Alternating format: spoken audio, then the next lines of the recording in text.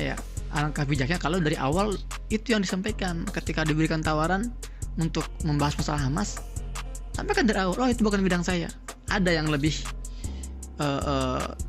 capable, ada yang lebih paham masalah itu. Jadi ketika pembahasan ini dibahas oleh orang yang bukan bidangnya, akan banyak blunder. Ya terutama ya Buya Rozi ya, mohon maaf ini ya. Kan Buya Rozi pernah dalam video yang pernah saya respon juga ya. Buya Rozi kan sempat mengatakan bahwa gerakan HI ini membolehkan membunuh orang yang tidak seideologi dengan mereka.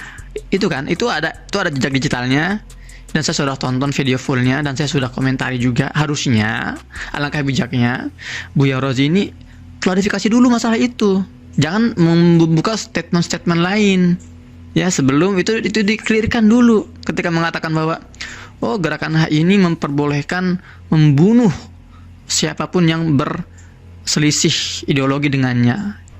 Itu dikelirkan dulu ya. Kalau emang benar, sampaikan buktinya. Kalau memang ternyata nggak benar, minta maaf, sederhana aja. Saya minta maaf, itu ternyata saya salah informasi dan sebagainya. Itu biar bijak, itu biar warga juga, masyarakat juga teredukasi. Kalau saya punya buktinya, kalau misalnya mereka tuh nggak seperti itu. Karena di Gaza ini ada ratusan ribu warga yang bukan dari hak, tapi mereka nggak dibunuhi. Ya, orang-orang Fatah di Gaza ini hidup normal, biasa, sholat di masjid yang sama, kuliah di kampus yang sama, nggak ada yang sampai dibunuh-bunuhi seperti itu, nggak. Itu dulu satu poin, sebaiknya itu diklarifikasi dulu ya, kebenarannya atau tidaknya. Karena kalau itu ternyata hoax, tidak benar, dan sudah terlanjur keluar dari lisan ya ustadz dan itu sudah tersebar sana sini, itu hati-hati, itu namanya dosa jariah, itu menggelinding seperti bola salju. Dan antum lebih paham lah, saya nggak perlu ingatkan masalah itu, antum lebih paham masalah ini ya kan. Itu yang pertama. Kemudian ketika misalnya Buya ini menyebut harusnya HI ini mensterilkan dulu lah battlefieldnya, tempat perangnya ya, sebelum mereka ini melakukan serangan.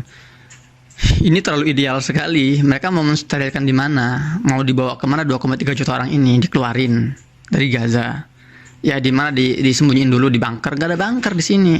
Mau dikeluarin semua, berarti itu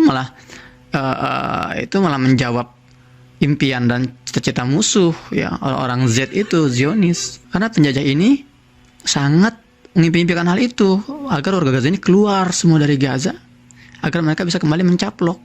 Ya kalau itu pemikirannya, sterilkan dulu, gimana itu nggak logis juga gitu ya kan. Jadi ada pertanyaan, ini sebetulnya sebuah analisa atau sebuah asbak gitu ya, asal bunyi, asbun, asal bunyi gitu kan, asbak asal tebak.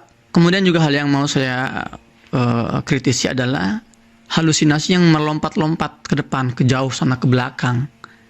Ya kita sekarang fokus dulu deh, memerdekakan Palestina. Itu adalah amanat konstitusi kita. Ya, dalam pembukaan UUD 45 itu nggak perlu sangitin lagi lah, bahwa Indonesia ini memang negara yang berdiri ya menantang kolonialisme. Kita fokus di situ dulu, fokus bagaimana memerdekakan negara yang terjajah dan menghapuskan penjajahan dan kolonialisme. Itu dulu fokusnya. Adapun ntar setelahnya bakal ada konflik internal antara dua gerakan internal Palestina, itu mah nggak usah dibahas sekarang. Kok malah fokus hal-hal yang ya jauh di belakang sana. Sementara kita malah buyar fokus perjuangan kita membebaskan Palestina. Ini juga jadi catatan penting sekali. Jadi terlalu jauh imajinasi kita, terlalu besar halusinasi kita ini, jangan juga. Dan saya sudah sering menjelaskan di berbagai konten saya, mungkin ya konten saya jelek kualitasnya, jadi mungkin enggak level untuk didengar oleh Om Deddy atau oleh Buya Rozi ya. Siapa sih saya sampai kata-kata saya harus dengar gitu kan. Tapi saya sudah berkali-kali bahas masalah persatuan antara kedua gerakan di Gaza ini, H dan F ini, itu sudah banyak kemajuan, sudah. Bahkan yang sekarang bertempur di Gaza ini bukan cuman sayap militer gerakan H, bukan. Sayap militer gerakan F pun itu bertempur di sini, namanya Brigade Syuhada Al-Aqsa. Itu mereka juga bertempur melawan penjajahan. Oke lah, jalan utama gerakan F ini adalah perundingan. Ya betul, dan itu harus kita apresiasi. Sementara gerakan hak ini adalah perlawanan, ya itu juga harus kita apresiasi. Dua-duanya saling melengkapi. Dari situ kita melihatnya. Jadi bukan kita malah membentur-benturkan antara dua gerakan ini, enggak. Perlawanan perlu, perundingan perlu, seperti itu. Dan mereka juga saling respect. Ya, jadi di Gaza ini yang sedang bertempur sekali lagi bukan hanya sayap militer gerakan H, tapi sayap militer gerakan F juga bertempur, dan itu diketahui oleh pimpinan tertinggi mereka. Ya, Mahmud Abbas, mereka tahu. Itu dong harusnya yang kita bahas, bahwa ada persatuan di sini. Jangan kita malah mengukit-ngukit perpecahannya yang menimbulkan pesimisme gitu kan. Ini bermasalah. Jadi ini tidak mengedukasi ke depannya. Seperti itu kan. Dan poin terakhir yang ingin saya sampaikan, harusnya kita lebih fokus pada masalah kemanusiaannya di sini, bencana kemanusiaannya. Ngapain kita malah membahas berjam-jam masalah haknya, sejarah haknya, kemudian taktik perangnya atau resikonya. Ya dari 1 jam 7 menit itu saya lihat loh, kok malah jarang sekali mereka membahas kebiadaban Zionis itu, membahas bagaimana genosida berlangsung.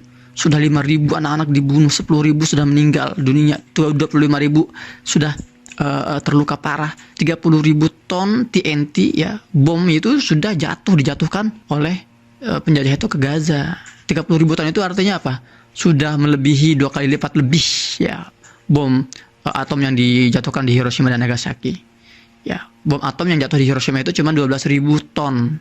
Yang sudah ke Gaza hari ini 30.000 ton, dan itu masih terus berlangsung sampai detik ini. Itu kan juga perlu pembahasan, itu perlu diuraikan juga. Ya, oke lah, itu bukan kapasitas saya kan. Toh itu juga podcast Om Deddy ya, dia bebas lah mau bahas masalah apa kan. Ya, tapi inilah kritik dari saya, dan inilah masukan dari saya ya. Ya, saya nggak bisa lama-lama, semoga bermanfaat. Teman-teman, mohon doanya, karena nih dentuman masih terus terjadi sana sini, kita masih terus di bawah serangan udara, dan semakin parah sih. Ya, semoga ini semua segera berakhir. Saya Muhammad Hussein di Gaza, Palestina. Assalamualaikum warahmatullahi wabarakatuh.